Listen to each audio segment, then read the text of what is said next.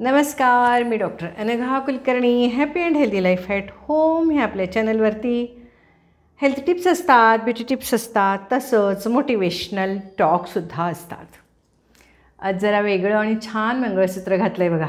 कसं वाटतं आहे तुम्हाला? छान वाटतं ना? कानातले आत्ताच काढले कारण कसं झालं तुम्हाला सांगते, कानातले ह्याला मॅचिंगच होते कारण बांगड्या पण मॅचिंगच आहेत, बघताय तुम्ही. आणि नेमकं ह्या कानावरती दुपारी झोपले मी आणि मग त्यामुळे इथे हे दुखायला लागलेलं आहे. तर मी आता 1-2-3 दिवस काही घालू शकणार नाही. कानातले खूपच दुखायला लागलेलं आहे. तर मी काय केलं तुम्हाला सांगते. आपल्या देवातलं तेल असतं की, दिव्यातला दिवा लावतो ना, तर ते तेल असतं, ते तेल मी आता इथे लावलेलं आहे. तर असंच करते मी बऱ्याच वेळेला की कानामध्ये आपण काहीतरी घालतो आणि मग आपल्याला त्याचा त्रास होतो, तेव्हा मग बाकी आपण काय करायचं, तर कानामध्ये अशा पद्धतीने तेल घालायचं.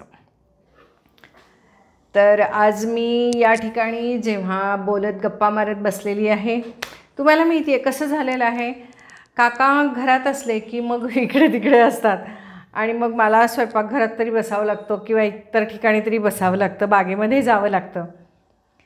कारण की त्यांना जरा असू दे, घरामध्ये इकडे तिकडे हिंडत असतात 100 वेळा.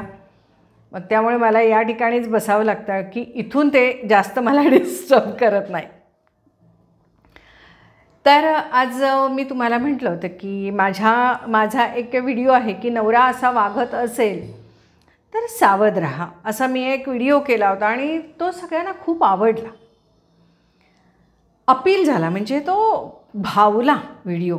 मला वाटलं नव्हतं की इतका तो भावण्यासारखा व्हिडिओ झालेला आहे. खरं तर विषय खूप साधा आहे, पण प्रत्येक स्त्रीच्या मनाला भावणारा होता, अंतःकरणाला भिडणारा होता. आणि मग मला वाटलं की आणि एकदा आपण त्याच्यावरती बोललं पाहिजे. तुमच्या सगळ्यांच्या भरभरून कमेंट्स यायला लागलेले आहेत त्याच्यावरती. खूप छान कमेंट करताय, मनातलं दुःख बाहेर काढताय, मन मोकळं करताय. आणि हेच मला माझ्या चॅनलवरती हवं असतं की तुम्ही तुमचं मन मोकळं करा. मी तर व्हिडिओच्या मार्फत मी गप्पा मारत असते, बोलत असते. तुमच्या मनातला काही साचलं असेल तर ते बाहेर काढावं असं माझ्या मनामध्ये असतं. आणि हेच या चॅनलचं उद्दिष्ट आहे असं म्हणायला काही हरकत नाही. कारण की मनातला अंतःकरणातला मळ बाहेर काढून टाकला तर नक्कीच तुमचं अंतःकरण मन निर्मळ होण्यासाठी मदत होईल. बाकी प्रॉब्लेम्सच्याच ठिकाणी असतात.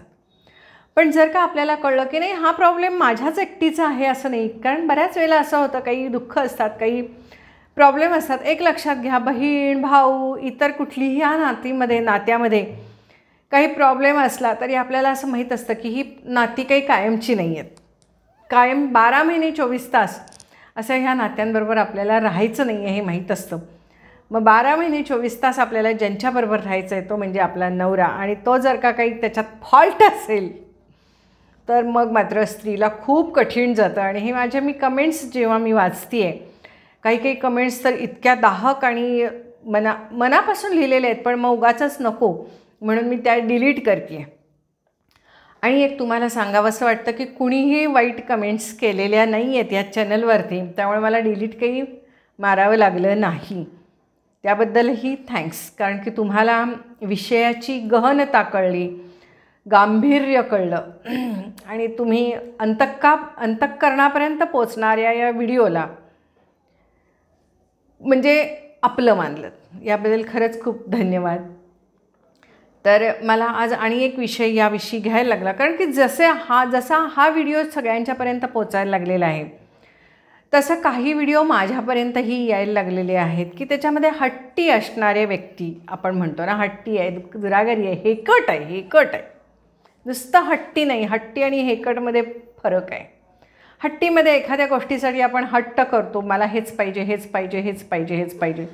हेकटमध्ये त्यासाठी जीवाचं रान केलं जातं आणि एकदा ती वस्तू मिळाली की घेऊन टाकून दिली जाते. हट्टी व्यक्ती तशी नसते. ती वस्तू मिळण्यासाठी, एखादी गोष्ट मनासारखी होण्यासाठी जीवाचं रान करतात.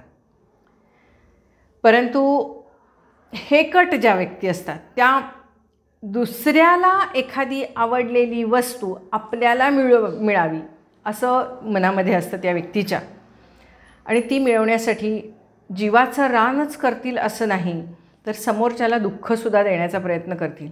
हट्टी व्यक्ती एखादी गोष्ट आपल्याला जर का मिळाली तर त्यांना खूप आनंद होतो, कारण की त्यांना ती हवी असते गोष्ट. हेकट व्यक्तीला ती गोष्ट नको असते, त्यांना फक्त स्वतःचा इगो आणि अहंकार पोसायचा असतो. त्यामुळे त्याच्यात त्यांना आनंद वगैरे काही अजिबात असत नाही.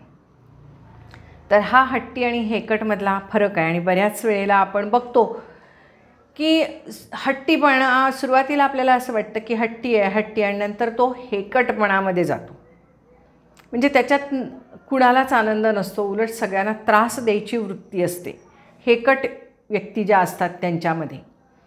तर याबद्दल मला वाटलं की थोडंसं बोलावं. इतर कुठलंही नातं असू दे, आज नाही उद्या, म्हणजे ते सहन होण्यासारखं असतं. कारण आपल्याला हे माहीत असतं की काय याच्यात थोडे दिवसांनी हे नातं बदलणार आहे, किंवा नातं म्हणजे ह्या नात्यात आपल्याला राहायचं नाही आहे, किंवा ह्या नात्यापासून सुटका होणार आहे.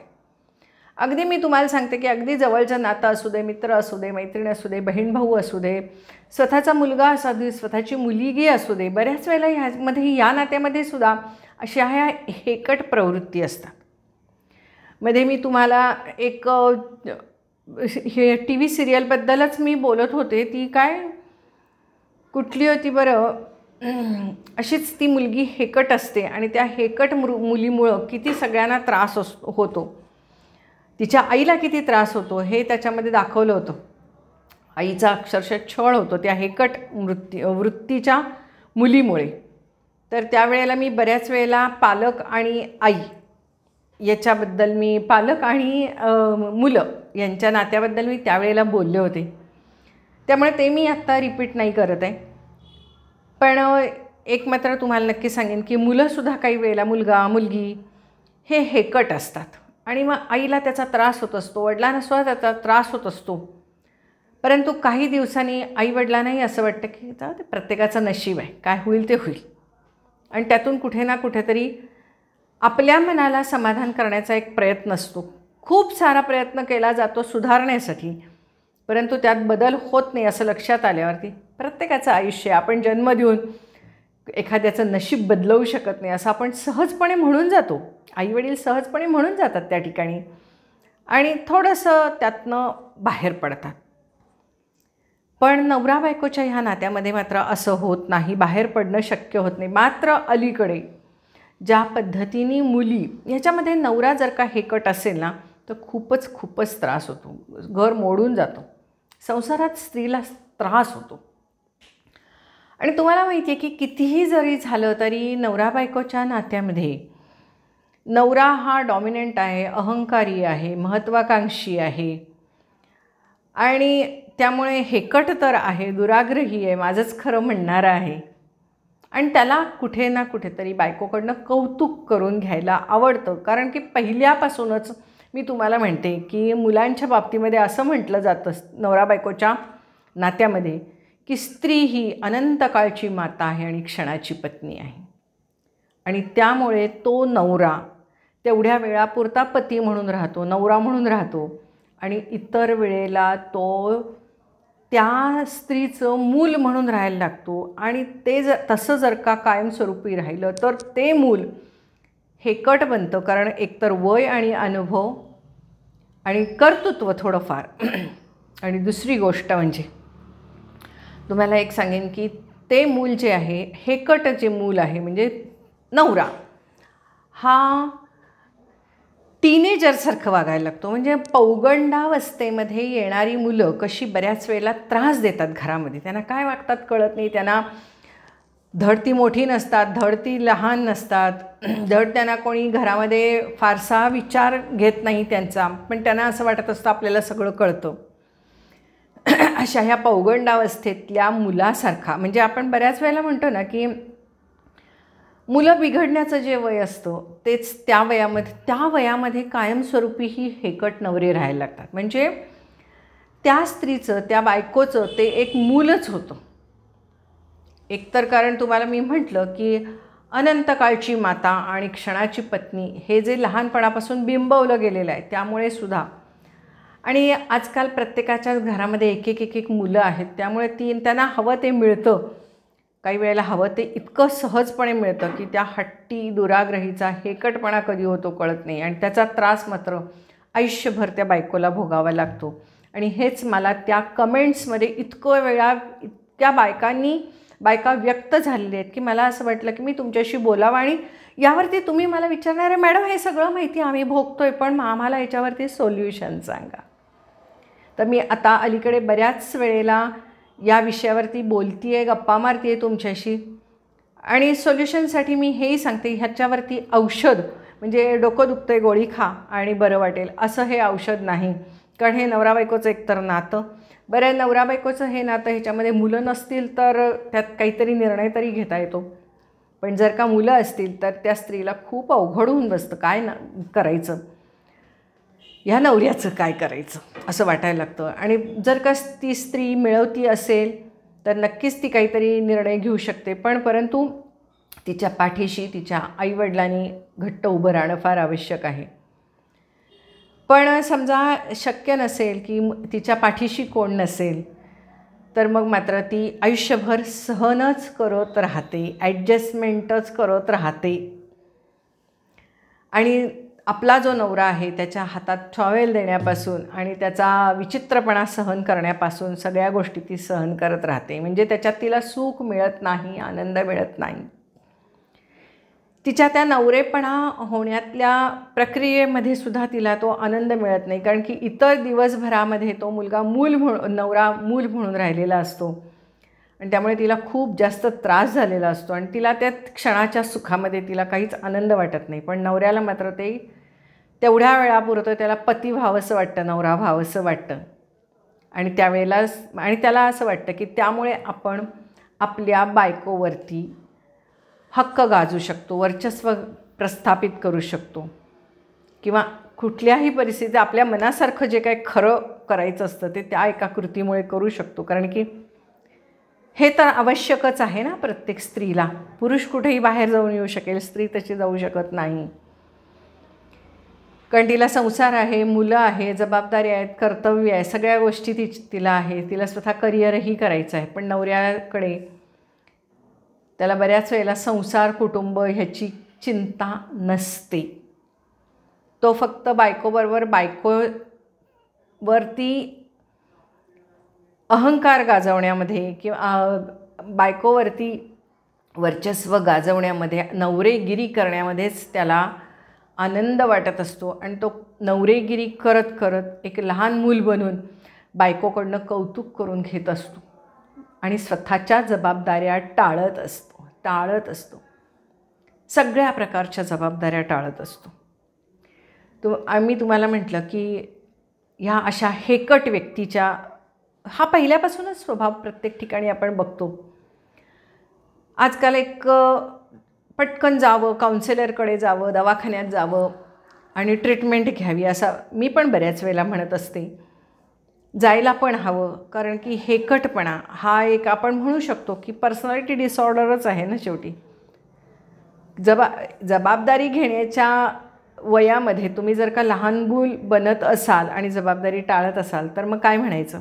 मग अशा वेळेला काउन्सेलिंग आणि काही वेळेला औषधोपचार करून बघावे असं वाटत असतं, परंतु त्याचा शून्य उपयोग होतो, काहीही उपयोग होत नाही.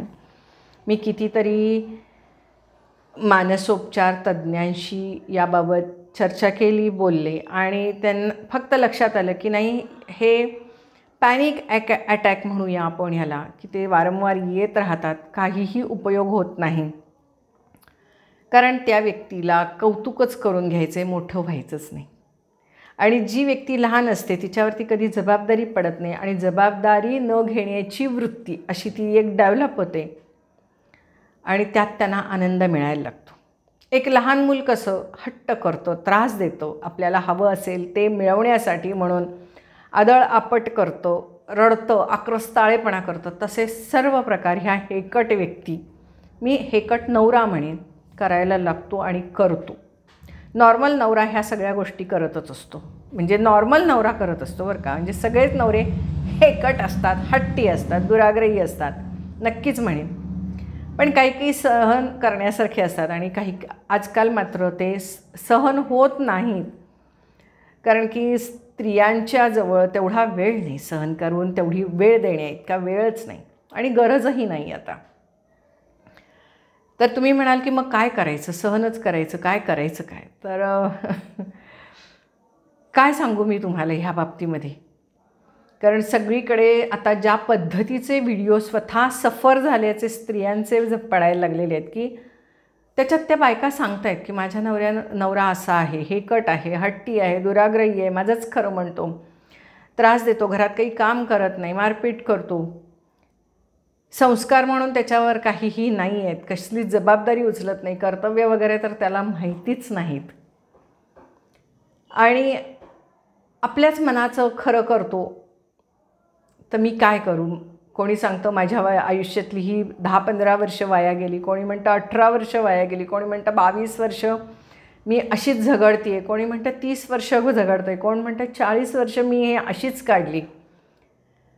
माझ्या नवऱ्याबरोबर मी हे असं सगळं सहन करतच काढलं. मला कधी सुख मिळालं नाही, मला आनंद मिळाला नाही, मला प्रेम मिळाला नाही, मला सन्मान मिळाला नाही आणि हा माझा नवरा मी कधी समाजापायी, कधी घरच्यांच्यासाठी मी सहन करत राहिले.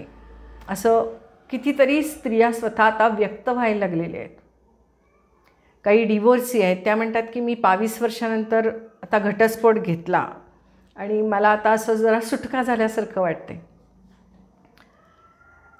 पण मी तुम्हाला एक सांगू का, जेव्हा मुलं असतात ना त्यावेळेला थोडासा प्रॉब्लेम येतो. पण स्त्रियांना मी तुम्हाला एक सांगेन की घट्ट व्हा, तुम्ही वेळेतच निर्णय घ्या आणि स्वतः कमवा. आणि आयुष्यात कदाचित थोडंसं बॅकफूटवर जावं लागेल, परंतु तरीसुद्धा न घाबरता त्या बॅकफूटवर जाण्यासाठी काय करायचं किंवा बॅकफूटवर कसं जायचं असं न समजता, न घाबरता थोडं बॅकफूटवर जा. कदाचित आर्थिक बराच प्रॉब्लेम निर्माण होतील, पण तरीसुद्धा त्यातनं बाहेर पडा हळूहळू, कारण शेवटी कुठं ना कुठेतरी सतत मानसिक टॉर्चर सहन करण्यापेक्षा समाज जे काय बोलेल ते बोलेल, समाजाला खरं खोटं काहीच माहीत नसतं. तर त्यामुळे थोडंसं हे टॉर्चर सातत्याने सहन करून, काय म्हणतात त्याला, तोंड दाबून बुक्क्याचा मार सहन करत जगण्यापेक्षा, ज्याची काहीच आयुष्यात किंमत नाही ना, तुमच्यानंतर मुलांनासुद्धा त्याची किंमत नसते. माझ्या आईनं खूप सहन केलं असं नुसतं एखादं वाक्य म्हणणं याला काहीच अर्थ नसतो, कारण की मुलं त्यांच्या आयुष्यामध्ये रमतात किंवा आयुष्यात ती पुढं जात असतात, त्यांच्या आयुष्यामध्ये ती मग्न होतात. तर त्यामुळे तुम्ही हे आयुष्यभर सहन करायचं का हा तुमचा निर्णय आहे. आणि वेळीच जर का शक्य होत असेल, तुम्ही डिपेंडंटच असाल नवऱ्यावरती, तर मग आयुष्यभर तुम्ही ते खितपतच पडावं लागणार तुम्हाला. मला एकीनं लिहिलेलं आहे की मी आता माझा मुलगा मोठा झाला आणि त्यामुळे मी आता मुलाबरोबर राहायचं ठरवलेलं आहे असं लिहिलेलं आहे. पण एक लक्षात घ्या की त्या ठिकाणी त्या मुलाचं वेगळं आयुष्य असणार आहे, त्यामुळे पुढे तुम्हाला कदाचित त्रास होऊ शकतो. तुम्हाला काहीतरी वेगळा निर्णय घ्यावा लागेल, कारण की आपल्या स्वतःच्या आयुष्यात आपल्याला सुख मिळत नाही आहे आपल्या नवऱ्याबरोबर. तो मेंटल टॉर्चर करतो, म्हणून आपण कुठेतरी आपल्या मुलाच्या संसारात जाऊन राहणं. आणि कारण काय होतं माहिती का, की कायमस्वरूपी तुम्ही त्या ठिकाणी म्हणत राहणार आहे सुनेला की मी हे सहन केलं, तुला काय होतं आहे सहन करायला, मी हे सहन केलं, असं होणार आहे. त्यामुळे तोही विचार करा तुम्ही. एक मी खरं तर कमेंट घेऊन ह्याविषयी बोलणार होते, पण मला असं वाटलं की नको, कोणाची दुःख ही अशी कमेंट वाचून प्रत्येकीची दुःख ही कशाला सांगावीत, म्हणून मी त्या सांगायला गेले नाही. परंतु माझ्या एकूण लक्षात आलं की स्त्रियांना हा प्रॉब्लेम खूप आहे. त्यामुळे तुम्ही मिळवतं झालं पाहिजे, आर्थिक स्वातंत्र्य तुम्हाला पाहिजे, कष्ट करण्याची तयारी पाहिजे. आणि एक लक्षात घ्या की तुम्ही खूप सारं नवऱ्यापासून टॉर्चर सहन केलं असेल तरी ते मुलांवरती अजिबात लादू नका. मुलांना त्याची किंमत असत नाही. मुलांनी जरी बघितलेलं असेल की नाही माझ्या आईनं खूप सहन केलं, तरी त्यांच्या आयुष्यामध्ये एकदा ती रमली की त्यांना आईनं केलेल्या कष्टाची जाणीव राहत नाही. कारण त्यांच्याही पुढे त्यांच्या स्पर्धा आहेत, त्यांना त्यांची बायको आहे, मुलं आहेत आणि तिथेही त्यांना ॲडजस्टमेंट करत जावं लागणार आहे. त्यामुळे आईनं केलेलं त्याग वगैरे जो आहे तो ते क्षणात विसरू शकतात किंवा विसरतात. त्यामुळे तुम्ही आर्थिकदृष्ट्या, मानसिकदृष्ट्या, शारीरिकदृष्ट्या वेळेत स्वतंत्र होणं फार महत्त्वाचं आहे. आणि आनंदाने स्वतंत्र व्हा की नाही, आयुष्यात आपल्याला स्वतःला प्रूव्ह करायला संधी मिळाली असं समजा आणि स्वतंत्र व्हा, वेळेतच स्वतंत्र व्हा. आणि तुम्हाला मी एक मात्र सांगेन की ही परिस्थिती जी आहे कोरोनानंतर खूपच वाढलेली आहे सगळीकडे.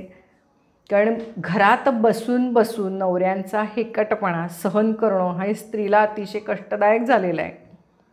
नाही तर कसं व्हायचं की पुरुष एक 8-10-12 तास बाहेर असायचा आणि मग आल्यावरती जेवण करून एक तासभरानंतर झोपून जात होता. त्यामुळे त्याचं घरामध्ये अस्तित्व कमी होतं. परंतु कोरोनाच्या काळापासून घरातलं पुरुषाचं अस्तित्व किंवा नवऱ्याचं अस्तित्व वाढलेलं आहे आणि त्यामुळे त्याचाही जास्त त्रास स्त्रियांना होतो आहे. आणि हे जे गुण आहेत, जे आपण हेकट आहे, हट्टी आहे, ऐकत नाही किंवा पसारा करतो, ओला टॉवेल टाकतो, मुद्दाम करतो किंवा बाथरूममध्ये पाणी व्यवस्थित घालत नाही किंवा ओले कपडे इकडे तिकडे टाकलेले असतात, कपडे घडी करून ठेवलेले नसतात, बूट फेकलेले असतात, सॉक्स फेकलेले असतात, ताट व्यवस्थित वेळेत उचलून नेऊन ठेवत नाही, तिथल्या तिथं सगळं पडलेलं असतं, म्हणजे फरशीवरती पाण्याचे हात असे टाकलेले असतात. म्हणजे अशा छोट्या छोट्या गोष्टी. आणि ह्या सगळ्या गोष्टी मी माझ्या आयुष्यातल्या सांगत नाही आहे, तर मला त्या निरनिराळ्या व्हिडिओजमधनं त्या स्त्रियांचं स्त्रिया जे बोलतात त्यातून कळलं की, आणि हे ऑल ओव्हर वर्ल्ड आहे हो, पूर्ण जगामध्ये हा प्रॉब्लेम आहे. आणि प्रत्येक स्त्रियांनी असं लिहिलेलं आहे की कशा पद्धतीने मेंटल टॉर्चर होतं. तीच पद्धत सारखी म्हणजे सारखा मग स्त्रीला बोलावं लागतं, हे असं करा, असं करा, असं करा. उठून किती हाताखाली करणार ना.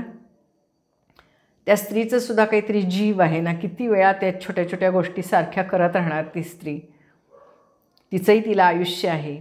तर हे ऑल ओव्हर वर्ल्ड याला आता आपण असंच म्हणू की हेकटपणा हा पर्सनॅलिटी डिसऑर्डर आहे. आणि त्याच्यावरती औषध घेऊन काही उपयोग होणार नाही. कुठलं तुम्हाला औषध देता येणार नाही, कुठलं काउन्सेलिंग करू शकणार नाही. यामध्ये त्या व्यक्तीनं स्वाभिमानानं स्वतःवरती काम करणं महत्त्वाचं आहे की आपण किती दिवस असं लहान मुलासारखं राहायचं.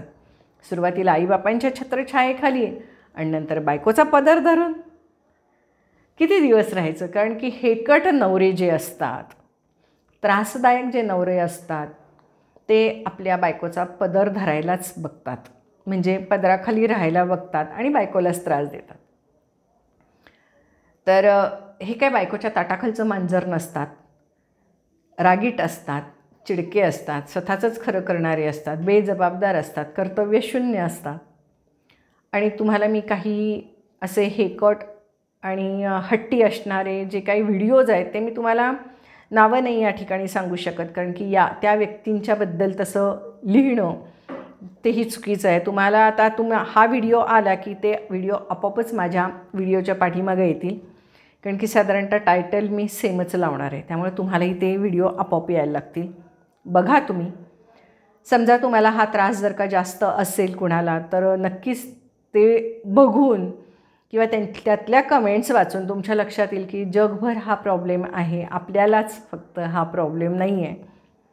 एवढं जरी आपल्याला वाटलं की नाही बाबा मलाच का हा त्रास, असं हे बऱ्याच वेळेला वाटत असतो. आणि दुःख वाटून आपल्याला जास्त आपण नाराज होत असतो, नैराश्य येत असतं, डिप्रेशनमध्ये आपण जातो, कधी अँझायटी होते. तर तुम्हाला एकच सांगेन की हा पर्सनॅलिटी डिसऑर्डर जरी असला तरी कुठलंही औषध घेऊन बरं होत नाही, काउन्सेलिंग करून हा बरा होत नाही.